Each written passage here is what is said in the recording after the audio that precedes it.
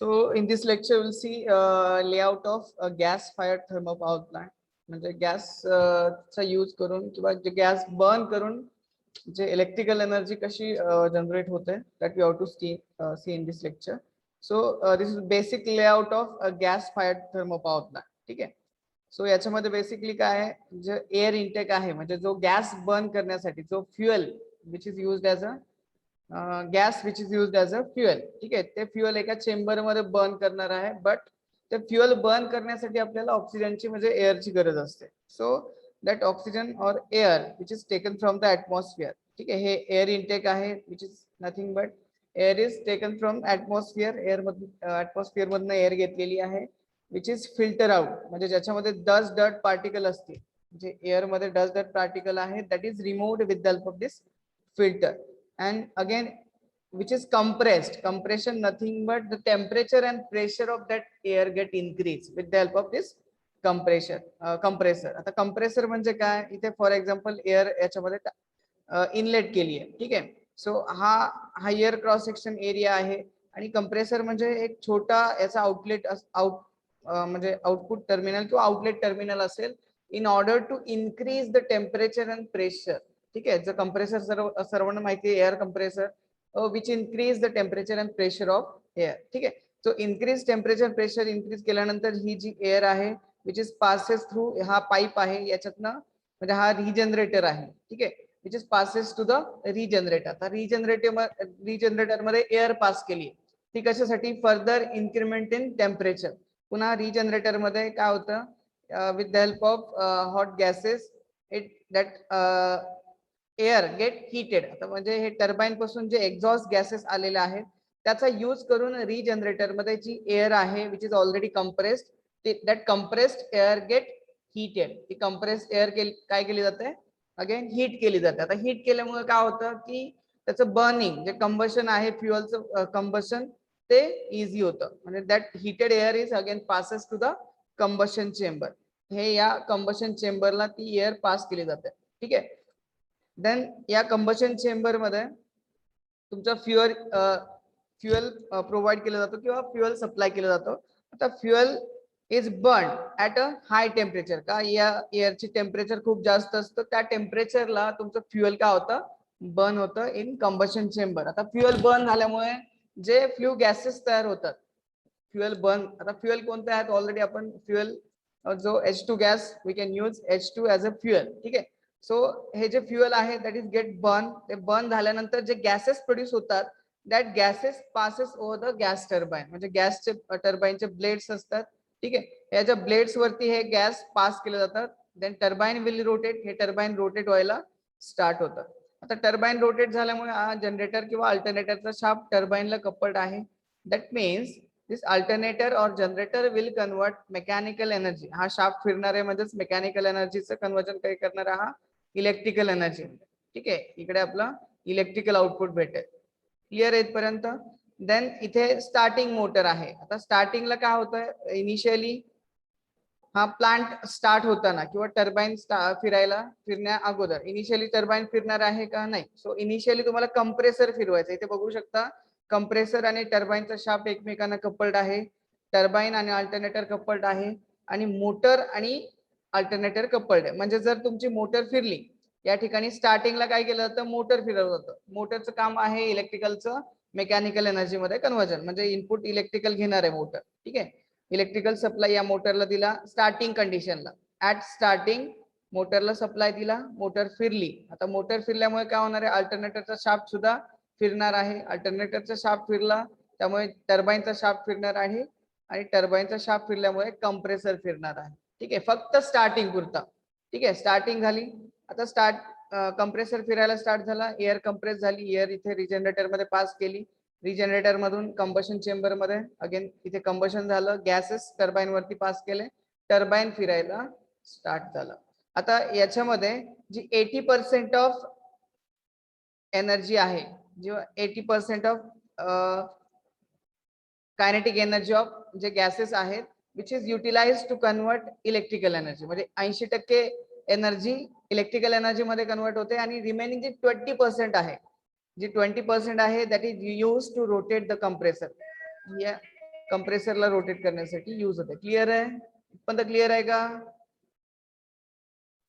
Next is classification of gas turbine or gas power plant. याच्यामध्ये दोन टाईपचे gas turbine use केले जातात, आयदर ओपन सायकल और क्लोज सायकल. हा जो फर्स्ट वाला दाखवलाय तो क्लोज सायकल आहे आणि हा जो सेकंड आहे ते ओपन सायकल. हे डिटेल मध्ये बघूया ओपन सायकल काय असतं आणि क्लोज सायकल काय. ठीक आहे, वर्किंग सेम आहे. जे आपण एअर घेतली जाते कंप्रेसर मध्ये एअर आहे. ठीक आहे, एअर इथे काय केले जाते, कंप्रेस केली जाते. That compressed air is passes to the heat exchanger. हा हीट एक्सचेंजर आहे.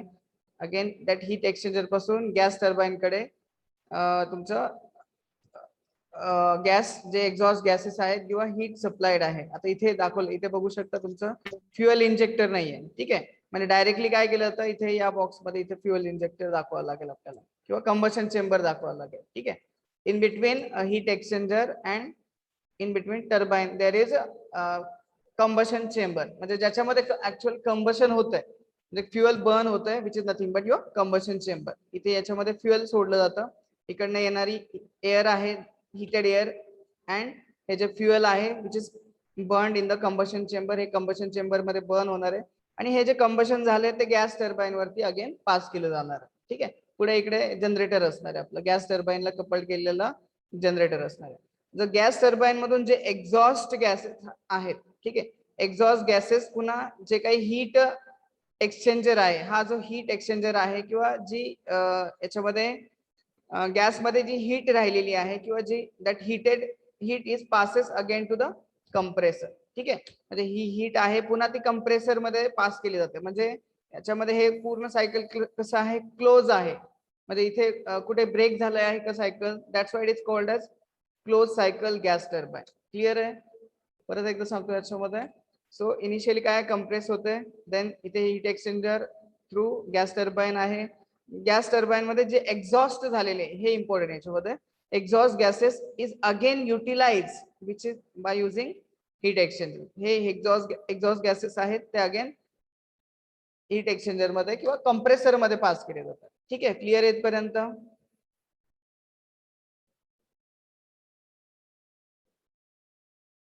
Next is open cycle gas turbine. आता याच्यामध्ये आपण जे पाहिलं ऑलरेडी ते ओपन सायकल गॅस टर्बाइन होतं. ऍटमॉस्फेरिक एअर घेतली जाते कंप्रेसर मध्ये. कंप्रेसर मध्ये काय केलं जातं, it will increase the temperature and pressure. It again passes to the combustion chamber. Combustion chamber मध्ये फ्युएल पास केलं जातं, इकडनं फ्युएल इंजेक्ट केलं जातं आणि इकडनं एअर येते. ठीक आहे, एअरचं टेम्परेचर जास्त असतं, that's why that fuel gate burn. म्हणजे जे गॅसियस फ्युएल आहे that will get burn. Fuel burn झालं, दॅट फ्ल्यू गॅसेस, जे गॅसेस प्रोड्यूस झालेले आहेत ते that gases will passes over the gas turbine. या गॅस टर्बाइन वरती पास केलं जातं आणि जे एक्झॉस्ट गॅसेस आहेत, ठीक आहे, गॅस टर्बाइन मधून जे एक्झॉस्ट म्हणजे वेस्ट गॅसेस आहेत which is again passes to the atmosphere. ठीक आहे, ऍटमॉस्फिअर मध्ये पास केले जातात. म्हणजे याचा पुढे युटिलाइज केलं जातंय का इथे?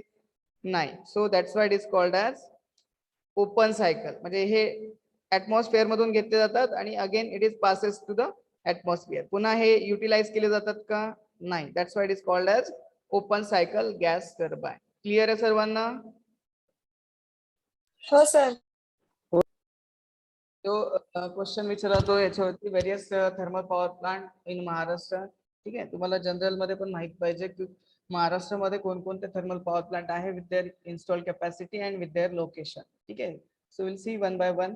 तर त्याच्यामध्ये फर्स्ट आहे नाशिक चा नाशिक थर्मल पॉवर स्टेशन. ठीक आहे, so which is about 910 megawatt. आता इथे 140 × 2 असं का लिहिलंय, कारण 140 मेगावॅटचे 2 युनिट आहे. 140 गुणिले 2, ठीक आहे, 280.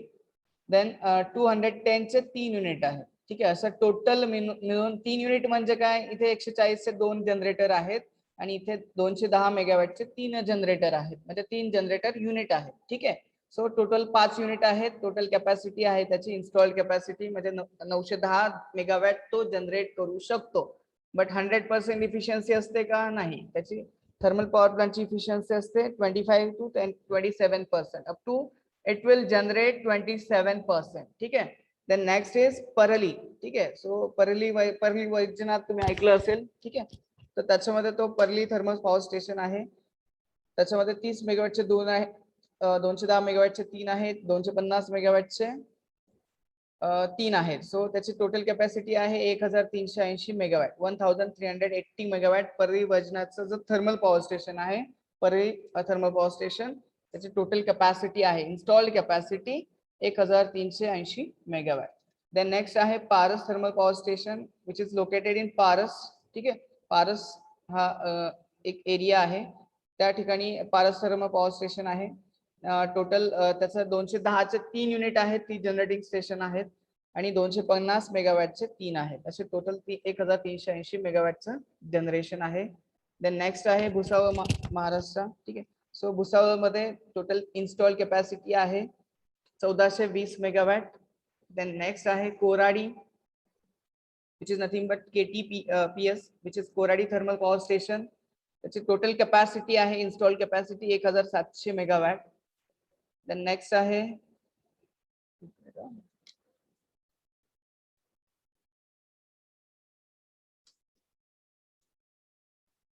खापरखेडा, त्याची कॅपॅसिटी आहे 1340 मेगावॅट. देन चंद्रपूर, ठीक आहे, चंद्रपूर ऐकलं असेल तुम्ही, चंद्रपूर पॉवर स्टेशन, त्याची कॅपॅसिटी आहे 3340 मेगावॅट.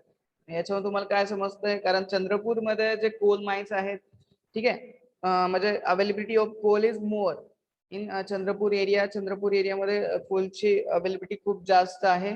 अंडरग्राउंड कोल म्हणजे जे 1-2-3 किलोमीटरच्या खाली असे कोल चे स्टोरेज आहे, त्या ठिकाणी कोल घेतला जातो in order to use in case of super thermal power station. So it has highest capacity of thermal power station in Chandrapur. त्याची total capacity आहे 340 megawatt which is installed capacity. म्हणजे it can generate 3340 megawatt at a time.